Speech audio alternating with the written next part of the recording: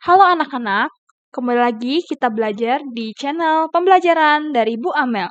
Oke, kali ini Bu Amel akan membahas tentang materi IPAS di kelas 4 semester 2 yang berjudul Ini Khas Daerahku. Sebelum Ibu membahas lebih jauh, yuk kita perhatikan percakapan antara Banu dan Aga. Kata Banu, "Kemarin ketika beli pisang di pasar, aku melihat banyak jenis pisang. Ada pisang tanduk, pisang Ambon, pisang kepok, dan banyak lagi." Kemudian kata Aga, "Banyak juga ya jenis pisang. Ini aku bawa mangga arum manis," kata ayahku. "Mangga di Indonesia juga banyak jenisnya. Tidak ada satupun makhluk hidup yang sama di dunia ini. Setiap makhluk hidup memiliki wujud dan perilaku berbeda. Keragaman inilah yang disebut keanekaragaman hayati. Perlu kalian ketahui, hayati ini berasal dari kata hayat, yang artinya hidup. Jadi di bab ini kita akan membahas tentang keanekaragaman makhluk hidup. Dari percakapan Banu dan Aga juga kita sudah bisa mengambil kesimpulan bahwa dalam satu jenis makhluk hidup juga ada berbeda-beda namanya, berbeda-beda rasanya, seperti itu ya. Oke, subbab pembahasan. Untuk video kali ini, Bu Amel hanya akan membahas tentang keanekaragaman hayati berserta tingkatan serta manfaat keanekaragaman hayati. Apa itu keanekaragaman hayati? Keanekaragaman hayati adalah keberagaman makhluk hidup yang ada di bumi, mulai dari tumbuhan, hewan, hingga mikroorganisme. Keanekaragaman ini sangat penting untuk menjaga keseimbangan alam. Jadi bisa disimpulkan bahwa keanekaragaman itu perbedaan makhluk hidup yang ada di muka bumi. Selanjutnya, tingkatan keanekaragaman hayati. Yang pertama ada keanekaragaman genetik, yang kedua ada keanekaragaman spesies, dan yang ketiga ada keanekaragaman ekosistem. Oke, Bu Amel akan membahas keanekaragaman genetik. Keanekaragaman genetik mengakibatkan variasi antar individu sejenis. Jadi dalam satu individu atau satu makhluk hidup itu ada perbedaan jenis-jenisnya. Contohnya di sini ada variasi dari ayam. Ayam di sini banyak jenisnya juga. Contohnya di sini, coba kalian lihat ayam yang warna hitam. Nah, ayam yang warna hitam ini namanya ayam cemani.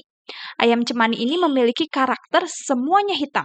Dimulai dari kulit, mata, cekernya atau kaki ayam, darahnya, dagingnya, semuanya hitam. Kemudian ada ayam kampung. Oke, ayam kampung, apakah kalian pernah lihat? Jawabannya tulis di kolom komentar. Yang ketiga ada ayam kate. Di sini ayam saja ada berbagai jenis. Hal tersebut disebabkan karena adanya perbedaan genetik. Selanjutnya, variasi bunga mawar. Variasi bunga mawar. Oke, coba lihat contoh gambar. Di sini bunga mawar itu bukan hanya warna merah atau warna putih, tapi ada yang warna kuning, kemudian ada yang warna orange kemerahan, ada yang warna pink, ada yang warna ungu. Nah, kenapa sih bunga mawar ini bisa berbeda-beda warnanya? Karena adanya perbedaan genetik.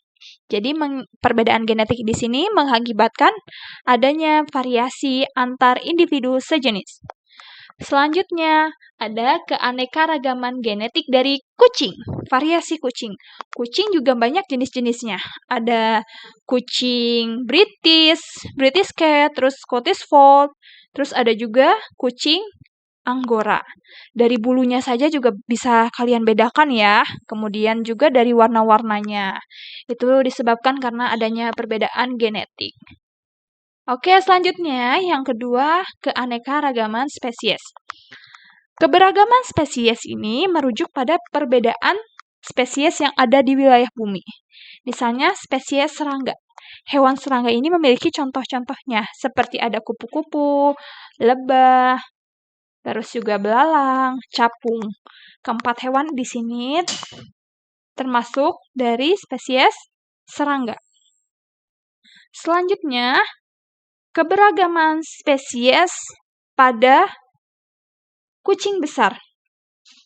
Kucing besar itu contohnya ada singa, ada macan tutul, ada cheetah. Nah, ini adalah spesies kucing besar.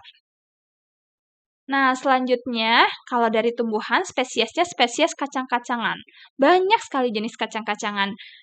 Contohnya, pete Cina, kacang panjang, kacang tanah, kacang kapri, kacang buncis, kacang hijau. Selanjutnya, ada ekosistem. Keanekaragaman ekosistem ini yang ketiga ya. Variasi jenis kenampakan alam yang lahir dari interaksi ragam makhluk hidup dan lingkungannya. Contohnya ini ada ekosistem padang pasir, kemudian ekosistem hutan tropis, kemudian ekosistem padang rumput, ekosistem gurun pasir, dan sebagainya. Oke, apa saja sih sebenarnya manfaat dari keberagaman makhluk hidup atau keanekaragaman hayati? Kenapa Allah menciptakan keanekaragaman makhluk hidup? Yang pertama, sebagai bahan pangan. Contohnya, kalian bisa lihat di gambar ini adalah gambar rempah-rempah. Rempah-rempah biasanya digunakan untuk bahan penyedap makanan atau bumbu masakan. Nah, di sini kalian lihat ya, ada kemiri, ada kayu manis, ada cengkeh. Nah, perbedaan dari jenis rempah-rempah di sini digunakan agar membuat masakan itu lebih sedap. Selanjutnya, ada ragam tumbuhan dan hewan. Allah menciptakan ragam tumbuhan dan hewan digunakan juga sama manusia digunakan sebagai makanan lauk pauk. Misalnya kalian pernah makan oseng tahu, oseng tempe, pernah makan ikan, cumi. Nah, contohnya manfaat keanekaragaman hayati salah satunya itu ya.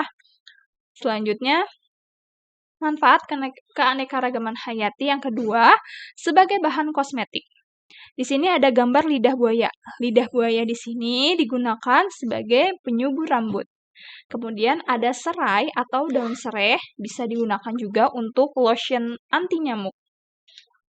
Selanjutnya, sebagai perkakas atau bahan bangunan. Kayu, rotan, dan bambu bisa digunakan untuk bahan bangunan atau perkakas rumah tangga, seperti untuk membuat kursi, tempat tisu, meja, dan sebagainya. Oke, selanjutnya sebagai obat-obatan. Nah, di sini obat-obatan apa saja yang bisa digunakan? Yang pertama, cacing. Cacing di sini digunakan untuk mengobati sakit tifus. Kemudian ada kulit buah kina. Kulit buah kina bisa digunakan untuk obat anti malaria. Selanjutnya ada kumis kucing. Kumis kucing digunakan untuk mengobati infeksi saluran kencing. Selanjutnya ada kayu putih. Kayu putih di sini bisa digunakan sebagai bahan dasar untuk membuat minyak kayu putih. Untuk apa aja sih minyak kayu putih itu?